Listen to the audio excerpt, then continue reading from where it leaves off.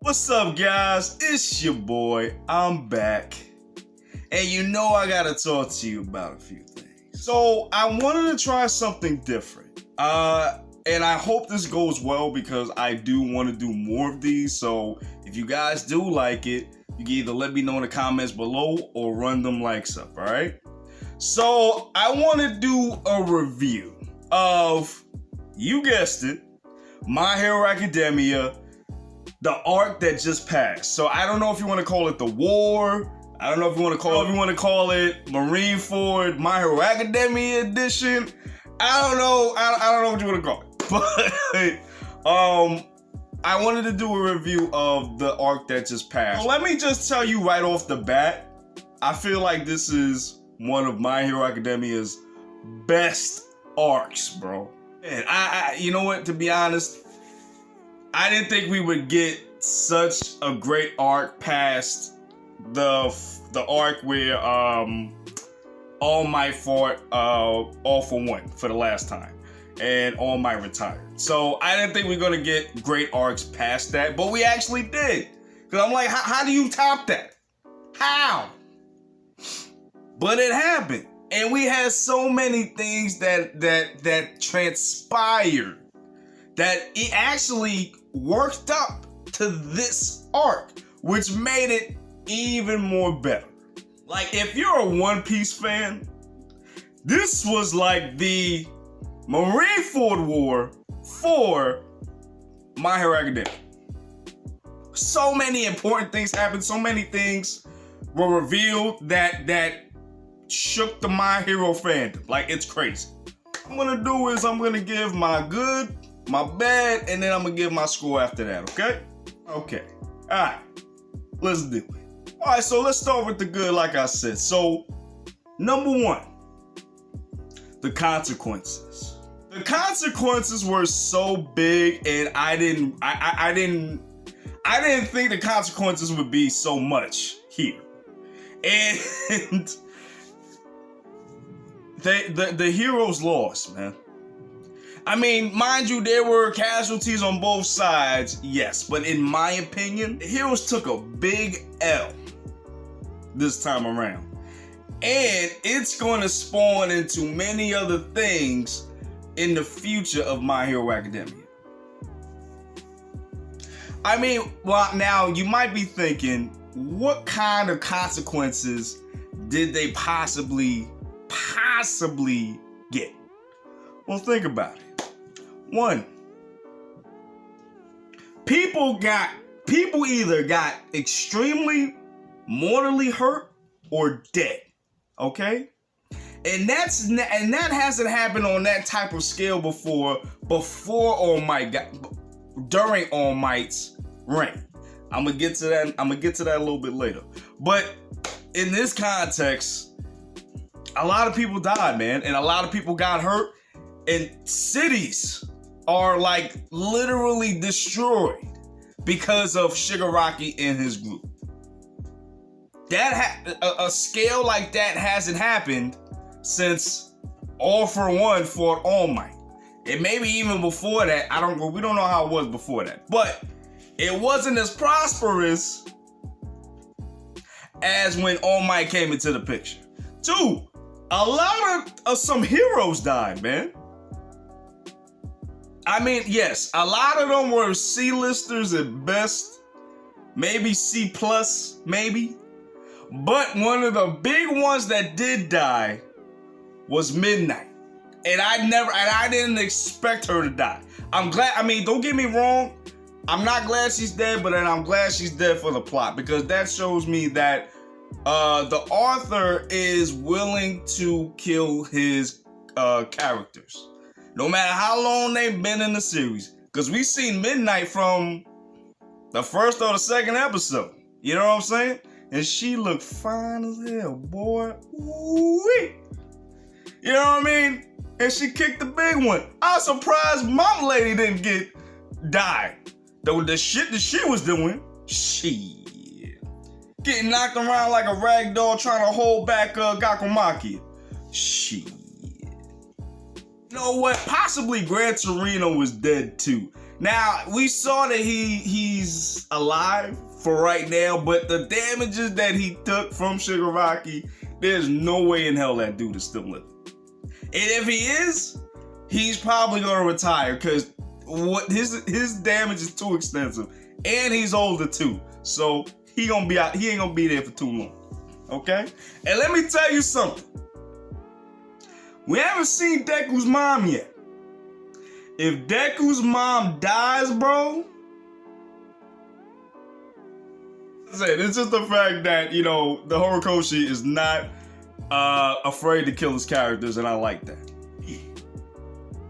The hero's reputation is damaged right now, especially Endeavor, but we're going to get to that in a little bit. But I just want to talk about all the heroes in general. Now you see from last chapter, had a hero that we haven't seen before. He's probably one of the lone ranking tier. Yo, this dude straight up and said, yo, I need to find another place, another job. I can't do this no more. And he's looking at all the damage and the rubble that's happened.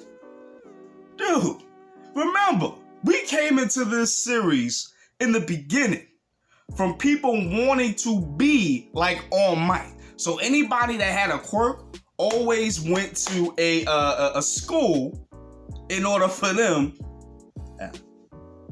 They always went to a school to hone their powers and become a hero. That's basically what mostly everybody wanted that had powers. Did it, like I said, mostly wanting to be like All Might because All Might was the ultimate hero. This dude was like Superman, okay? To the My Hero universe. And now that he's gone, and now you have heroes seeing this destruction, they're gonna be like, you know what?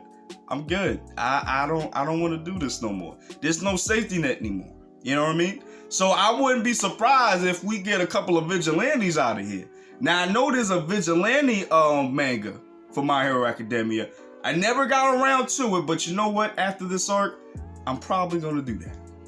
I'm sorry, and a lot of them got hurt too, just like Eraserhead, especially Eraserhead. That dude only got one leg now. Ain't that crazy? Sheesh.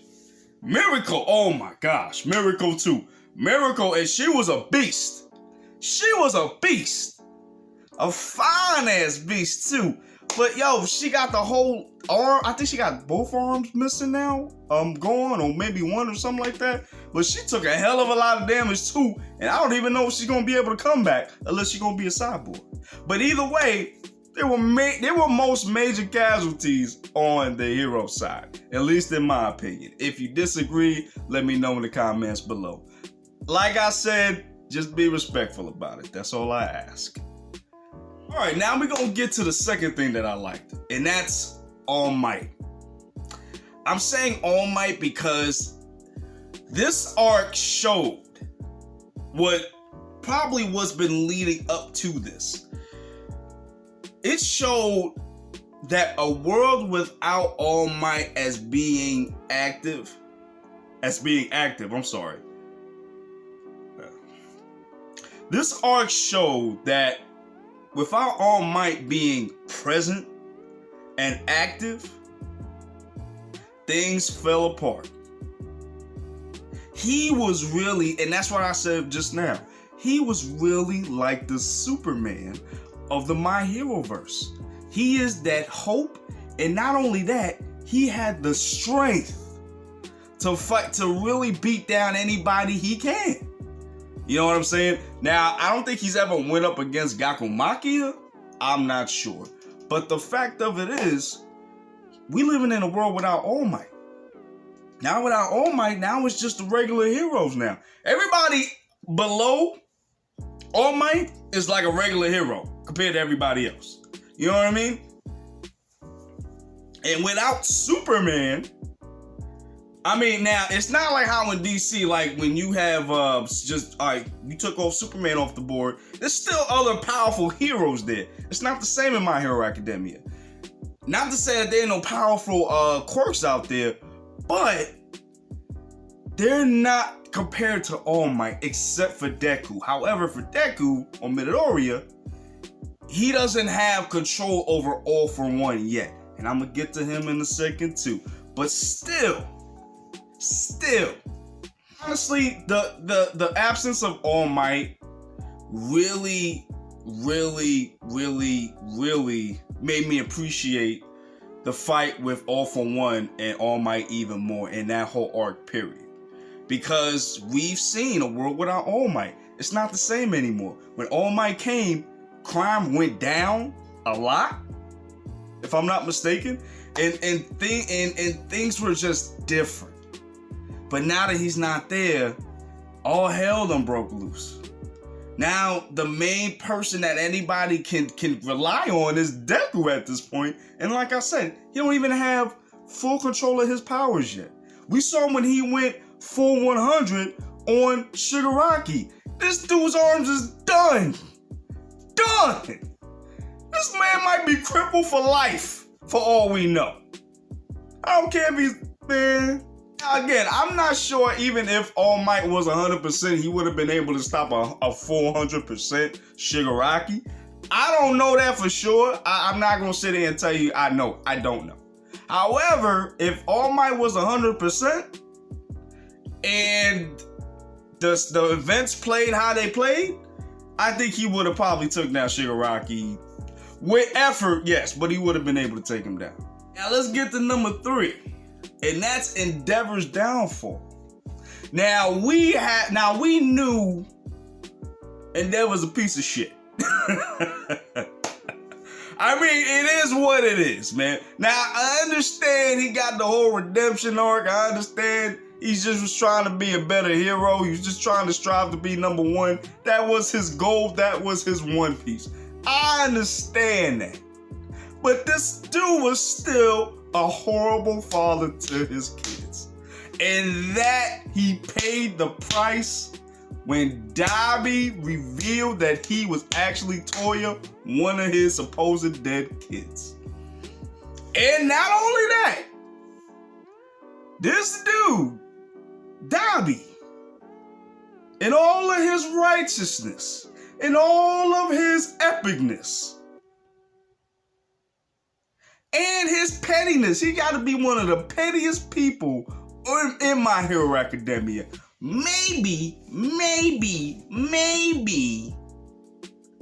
an anime period behind Frieza, Griffith from Berserk, and Frieza from Dragon Ball. He told everybody in a mass message that the truth about how this man, Endeavor, treated his children. And now, because of that, Endeavor is either going to tell him to step down for being number 1, or Endeavor's gonna just retire completely. Because as of right now, Endeavor's reputation is done. We saw that in the last chapter. Everybody was talking. They were like, yo, I don't know if that's true, but if it is, that sounds about right, because he looked like a scumbag. Come on. Now let's get to number 4. Let's talk about Deku's greatness, okay?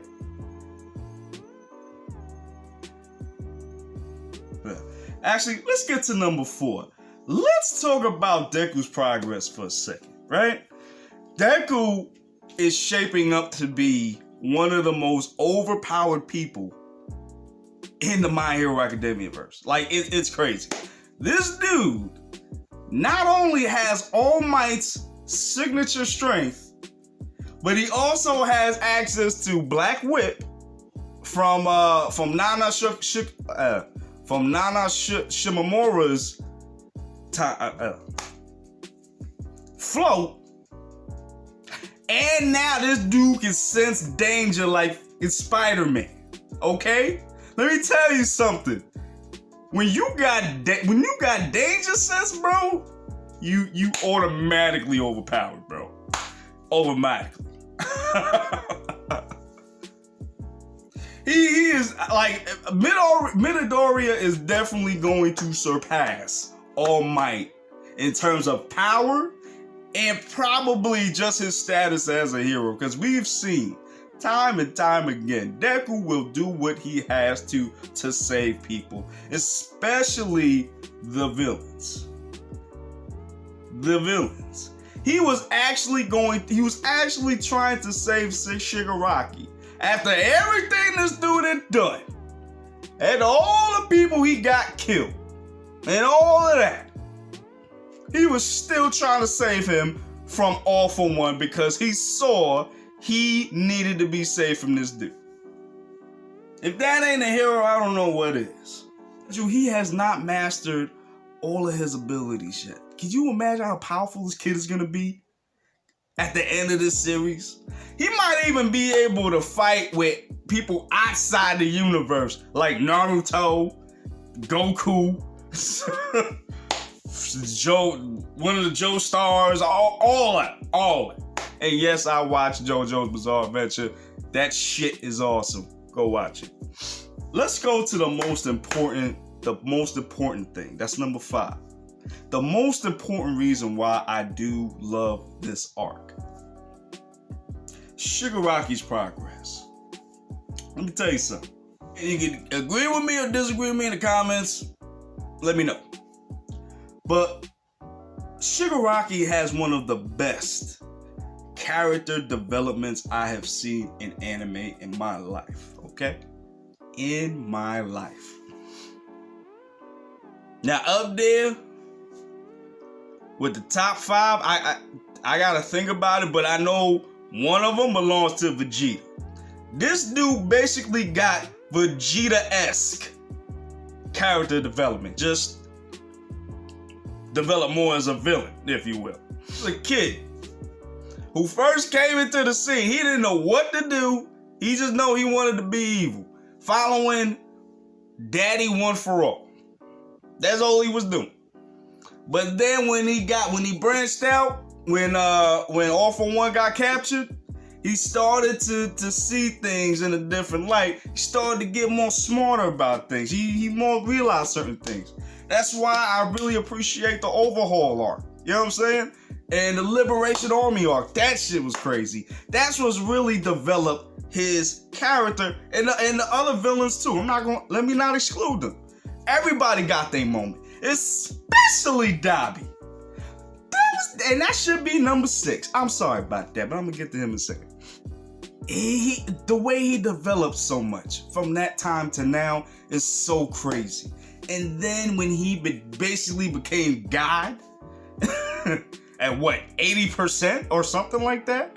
When he got out the tube and he was technically dead?